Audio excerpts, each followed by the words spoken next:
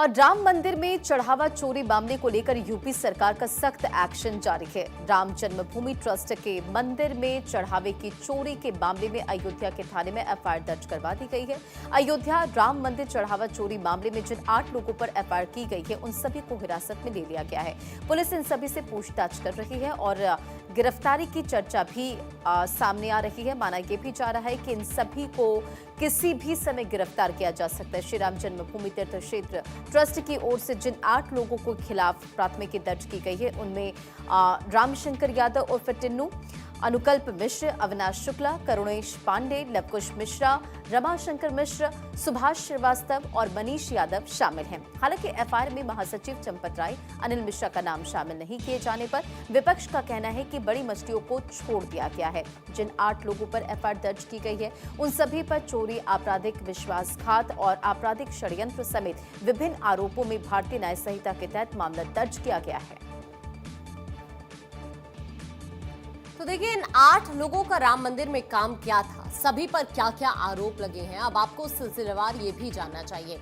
सबसे पहला नंबर है रमाशंकर यादव और टिन्नू। ये श्री राम मंदिर तीर्थ क्षेत्र ट्रस्ट के महासचिव चंपत राय के करीबी हैं। इनका काम दान पात्रों की देखरेख करना है और उन्हें बेसमेंट तक पहुंचाने का इनका काम था। टिन्नू यादव पर करोड़ों के गबन का आरोप है।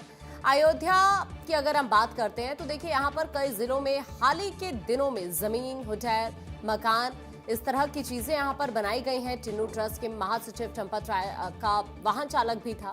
टिन्नू यादव पर लगे आरोपों पर काफी कुछ इस वक्त कहानियां भी सुनने को मिल रही हैं। टिन्नू ने अपने ऊपर लगे आरोपों पर पहले हालांकि सफाई भी दी थी और ये बताया था कि जिस प्रॉपर्टी को लेकर आरोप लगाए जा रहे हैं उसे कैसे उन्होंने बनवाया था। फिर नंबर आता है लवकुश मिश्रा का। राम मंदिर में आने वाले चढ़ावे की बात करें, नकदी को गिनने वाली टीम में ये शामिल थे। लवकुश मिश्र पर आरोप है कि चढ़ावा चोरी कर संपत्ति इन्होंने बनाई। लवकुश मिश्र के घर से 12 लाख रुपए मिले हैं। अब इसके बाद जो नंबर आता है वो है अनुकल्प मिश्रा का। पैसों की गिनती वाले कमरे में नकदी गिनने की जिम्मेदारी अनुकल्प पर ही थी। इन पर आरोप ये है कि गिनती के दौरान रुपए निकालकर बाथरूम में इन्होंने छिपाए। अब जो नाम आता है अगला वो है मनीष यादव का नाम। मनीष यादव पर दान पात्रों में चढ़े नकली नकदी निकलवाने और साथ ही उसे गिनकर अलग रखने की जिम्मेदारी थी। मनीष पर भी चढ़ावा चोरी का आरोप लगा है। हालांकि पुलिस का ये दावा है कि मनीष यादव के यहाँ से 36 लाख रुपए भी बरामद किए गए हैं। अब जो अगला नाम है वो है करुणेश पांडे का। करुणेश पर राम मंदिर में चढ़े चढ़ावों को गणना कक्ष तक पहुंचाने की जिम्मेदारी थी। करुणेश पर भी आरोप है कि इन्होंने दान राशि चुराकर संपत्ति अर्जित की है। अगला नाम है अविनाश शुक्ला का। दान पात्रों में मिली धनराशि को गणना कक्ष तक ले जाने और वहां गिनती करने वाली टीम में शामिल अविनाश शुक्ला पर आरोप ये है कि इन्होंने दान राशि चुराकर यहां संपत्ति बनाई है।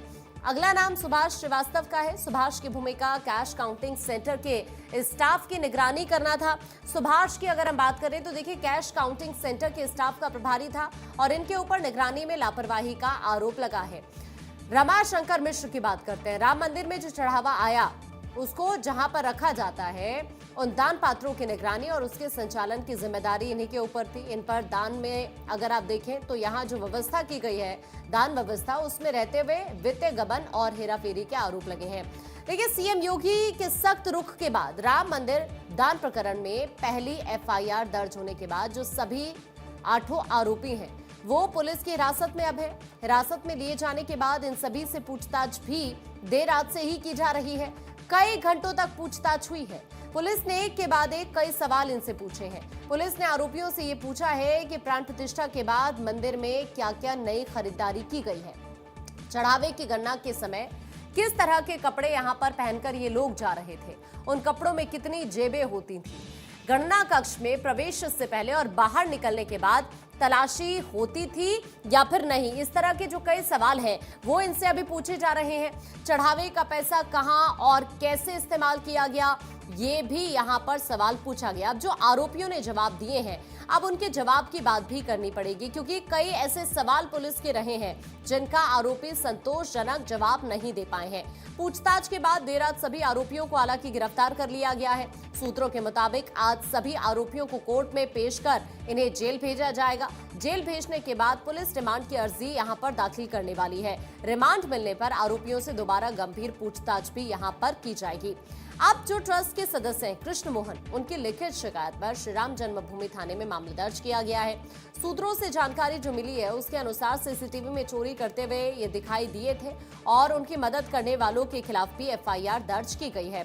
किन किन के नाम है अब आप ये भी जान लीजिए। इनमें टिन्नू यादव है और 6 कैशियर भी बताए जा रहे हैं जिनके नाम इसमें शामिल किए गए हैं। इस मामले में 6 लोगों को हिरासत में ले लिया गया है। जानकारी के अनुसार लवकुश और अनुकल्प के अलावा 4 कैश गिनने वाले लोग भी हिरासत में लिए गए हैं। किन धाराओं में एफआईआर हुई है ये भी आप जान लीजिए। तो देखिए, राम जन्मभूमि ट्रस्ट के सदस्य श्री कृष्ण मोहन की तहरीर पर यह एफआईआर दर्ज की गई है। यूपी सरकार के निर्देश पर इस मामले में बीएनएस के तहत 306, 316(5), 317(4), 317(5), 61, 3(5) के तहत शिकायत दर्ज की गई है।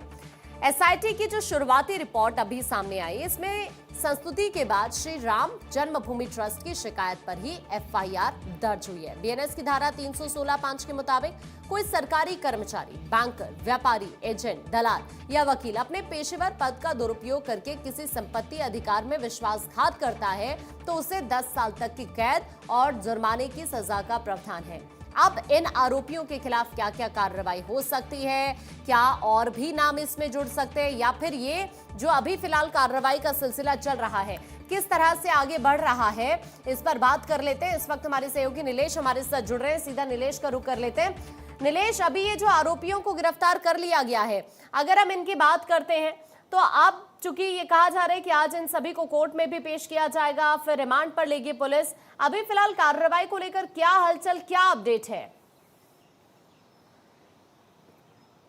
देखिए, बिल्कुल आपको बता दूं कि राम मंदिर में चढ़ावे के मामले में जब हेरफेर का मामला सामने आया, उसके बाद उत्तर प्रदेश और देश भर में राम मंदिर के चढ़ाव को लेकर जबरदस्त सियासत देखने को मिली, जिसके बाद एसआईटी का गठन किया गया। एसआईटी ने अपनी प्रारंभिक जो जांच रिपोर्ट है वो शासन को सौंप दी है। 140 से 50 पन्नों की ये प्रारंभिक जांच रिपोर्ट है, जिसमें एसआईटी ने भी माना है कि मंदिर परिसर में जो लगाए गए कर्मचारी थे, खासतौर पर जो चंदे और चढ़ावे में जो पैसे आते थे उनकी गणना में जो कर्मचारी लगे थे उनकी भूमिका संदिग्ध पाई गई थी, जिसके बाद एसआईटी ने भी इन पर एफआईआर कराने की सिफारिश की थी। जिसके बाद कल एफआईआर दर्ज की गई, 8 लोगों को नामजद किया गया। सभी नामजद आरोपियों को पूछताछ के लिए पुलिस ने बुलाया, एक के बाद एक अलग अलग आरोपियों से पूछताछ पुलिस ने की। कई सवाल किए गए कि चंदा और चढ़ावे का जब पैसा गणना होता था, गिनती होती थी, उस समय वो लोग कौन कौन से तरीके के कपड़े पहन के जाते थे, उसमें जेबें कितनी होती थी, क्या गणना कक्ष में जाने से पहले और निकलने के बाद उनकी कोई तलाशी होती थी या ऐसे ही निकल जाते थे, गणना के समय वहाँ सीसीटीवी फुटेज चलता था कि नहीं चलता था, कौन कौन लोग हैं जिन्होंने राम मंदिर प्राण प्रतिष्ठा के बाद से अपनी आर्थिक स्थिति में बदलाव किया, यानी कि जमीनें खरीदी हैं, नए वाहन खरीदे हैं और अपने रिश्तेदारों के नाम पर तमाम जमीनें खरीदी हैं। उन तमाम जब सवालों को इन आरोपियों से पूछा गया तो आरोपी गोल मटोल जवाब देते हुए दिखाई दिए, जिसके बाद देर रात सभी आरोपियों को गिरफ्तार किया गया है और आज मेडिकल कराने के बाद सभी को कोर्ट में पेश किया जाएगा और कोर्ट में पेश करने के बाद जेल भेजने की कार्रवाई होगी। जब ये जेल भेजे जाएंगे उसके बाद पुलिस फिर से इनकी रिमांड की अर्जी के लिए कोर्ट जाएगी, कोर्ट में रिमांड की अर्जी दाखिल की जाएगी और रिमांड मिलते ही इन सभी आरोपियों से विस्तृत पूछताछ होगी, क्योंकि पुलिस और एसआईटी दोनों ने माना है कि सीसीटीवी फुटेज में इन लोगों की भूमिका संदिग्ध दिखाई दी है और हर वो व्यक्ति जो सीसीटीवी फुटेज में कैद है उससे पूछताछ होगी, चाहे वो राम मंदिर परिसर का कर्मचारी हो या फिर राम मंदिर परिसर में सेवादार हो, उन तमाम लोगों से पूछताछ होगी। फिलहाल इन सभी लोगों की भूमिका संदिग्ध पाए जाने पर इनको गिरफ्तार किया है और गिरफ्तार करने के बाद जेल भेजने की कार्रवाई। नाम है जो पूछताछ के बाद इस पूरे मामले में जरूर शामिल पाए जा सकते हैं।